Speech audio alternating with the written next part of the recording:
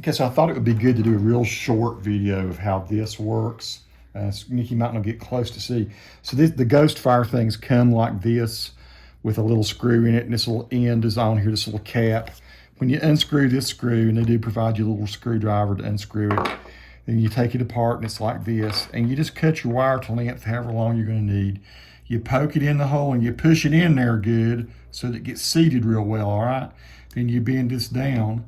Then you just take this thing, and right there is where the little notch where the wire is going to stick out, right? And you go in there where you see where the hole is on top, and you push that in there like that. And then the toughest part for a guy with big old fingers is managing this tiny little screw here. I'm going to try to do it with a screwdriver. Wish the screwdriver were magnetic. If you've got a magnetic one, that might make it easier. But there we go. You put that in the hole, and you screw that down. And that's all you got to do. No soldering, no anything. And I've seen you have to tighten it down real good. And I do like the fact that you can point your points in different directions. Like for this pedal board, I'm going to have it going in here, but then I want this, I don't want it to be where they're both going this way, right? I want one where it's going this way.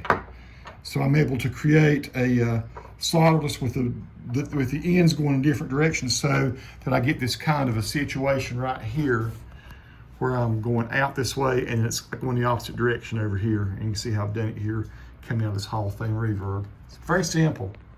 Thanks to my wife, Nikki, for helping me shoot that.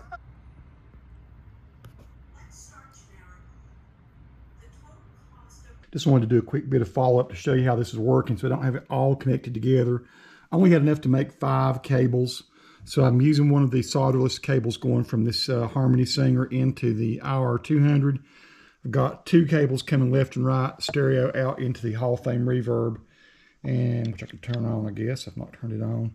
And then I've got a loop station over here, and those 2 are going into it. So those are all the solderless cables, and I'll show you how they work right now. I've ordered some more so I can connect the rest of this up together because that's so nice and neat. It's going to be so clean once I get these power cables from the Joyo Power Supply 5 all cleaned up and straightened up. It's going to be a really nice, orderly kind of thing here, kind of system. Start right